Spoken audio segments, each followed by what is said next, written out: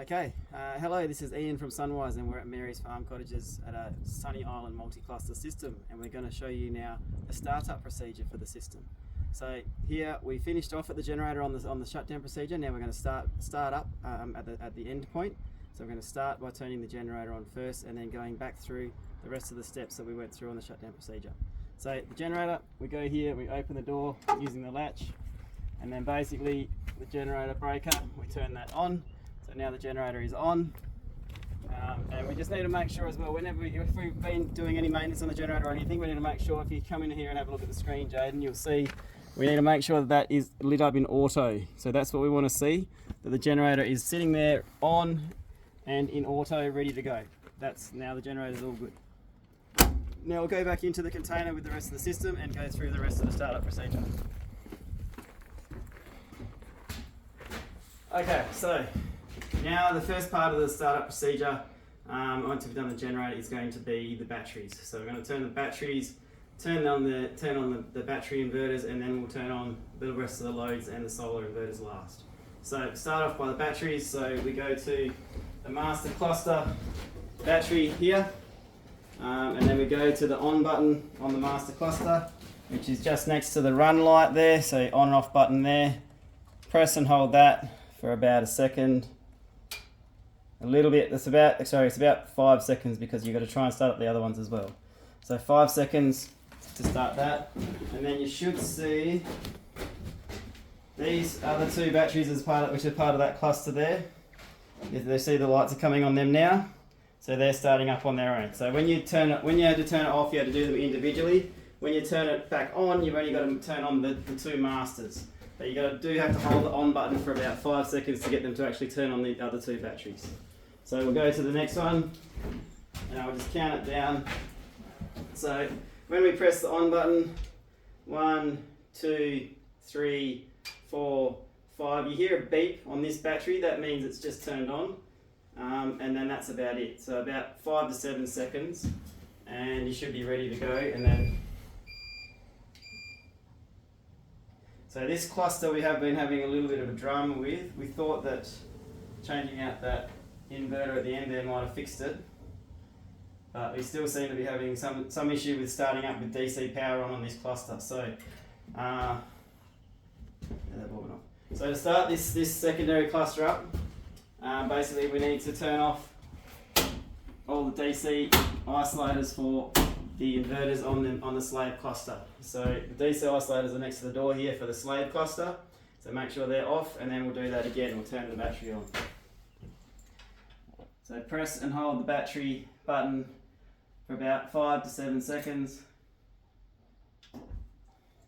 and then you'll see the other two batteries turn on their own. So now they're on, and then now we can turn these battery isolators back on. So it's just during the startup process. It's still that one there.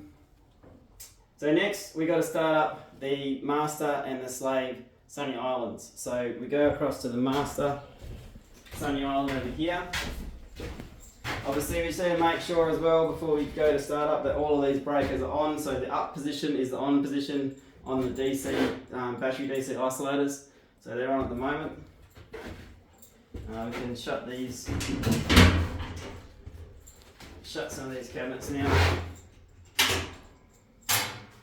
So now we're back over at the master inverter.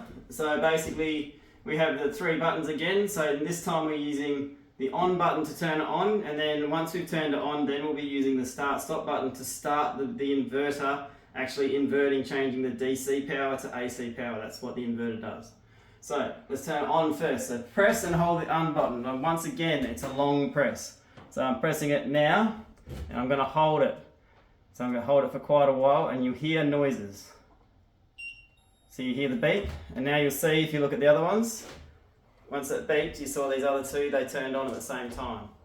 So like when we started it, like I explained to you in the shutdown procedure, when you start it up, there's no communication between the master cluster and the slave cluster until all the inverters are on. So you'll see now, if you look at the slave cluster, there's no lights on the slave. So during the startup process, you've got to start the master cluster and then the slave cluster individually first and get them into standby. And then when you've got them in standby, then the whole cluster will talk to each other and be able to turn on all together. So now we'll turn on the slave cluster. So once again, we have our slave master here. We have our 3 buttons, off, on, and the start stop button.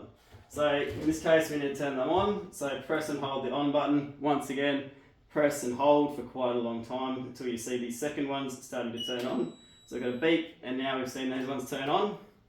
Now we know they're good. We just got to let them go through their startup procedure before we can start the entire system. So you'll see the lights going through on the master one there, changing different colours.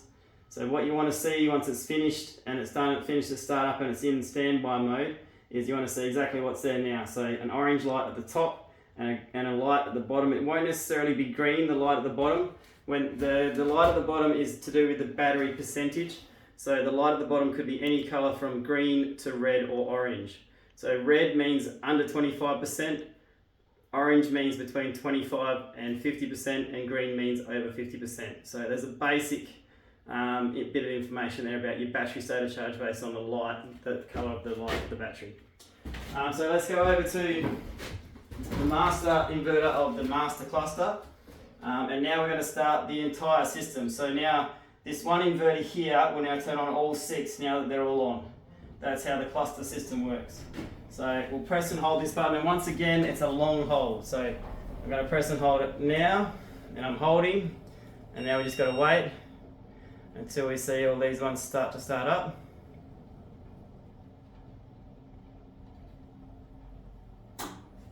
And then you can let go. And then you'll see it takes a little while, but you should see the slave cluster start up in a second also. And there we go, the slave cluster has just started now. And now you see the power just come on. So the power in the container, we've turned off the main normal supply isolator.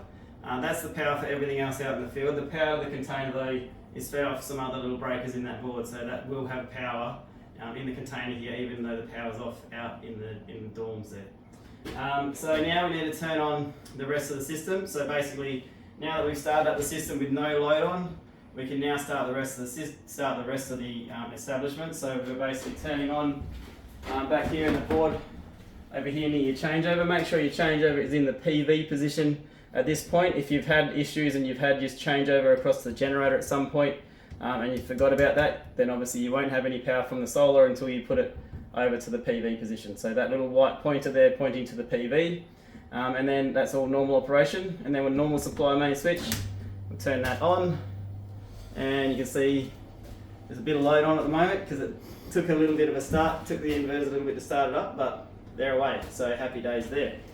Now we'll turn on the last thing, which was our PV inverters. So when we turned it off, we turned off the AC first, which is in the switchboard down here, the inverter switch, and then the DC second. So this time to turn it back on, we do everything in the reverse order. We're going to turn on the PV array DC isolators first. 1, 2, 3, 4, and the ones on the other inverter as well.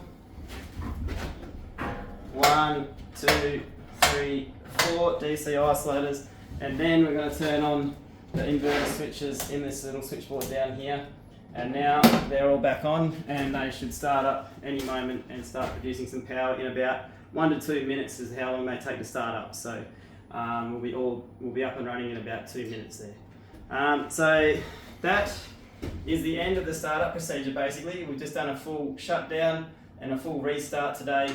There's still one little gremlin in the system, like I showed you, that we haven't quite resolved exactly what's going on with why the slave cluster of batteries won't start without the inverters off. We've changed out the inverter that was causing the problem before, but we're still having that little issue. So I'm not 100% sure on that just yet. I'll have a bit more of a look before I leave, but at least you've got a full startup and shutdown procedure that you can follow now to make sure that you know exactly how to do it, even with the system in its current state. So thank you very much and have a good day.